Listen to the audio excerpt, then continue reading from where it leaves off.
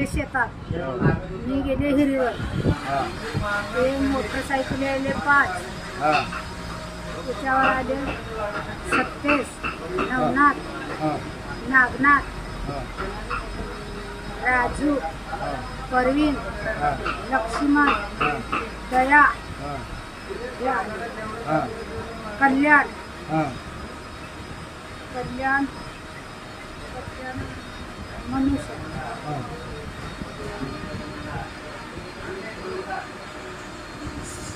शंभू, माव्या.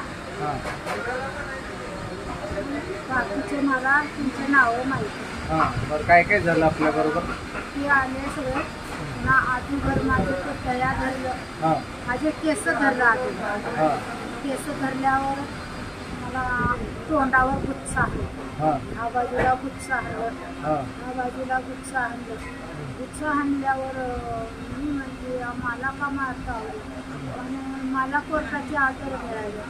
तुझी कोर्टाची आदर कुठं आहे म्हणलं? राजू, तुझी कुठली कोर्टाची आदर? तुला जीव मारता हिरीवर, कुठून हिरीवर मारून टाका म्हणजे. असं हिसका मारून माझे झंपर्स सगळे गुंड्या तोडलं राजू. ना बाळून तोडून सगळं माझ्या पाठीत घातलं. खाली पडले.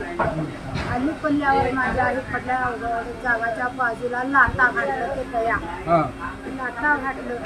लाटा घातलं पुन्हा इकडं त्यांच्या हातात लोखंडाची सळाई होती, लाड होती. इकडं मारलं, या बाजूला सुजलं डोकं. 4 जागी डोक्याला असं मुक्का मार मारले.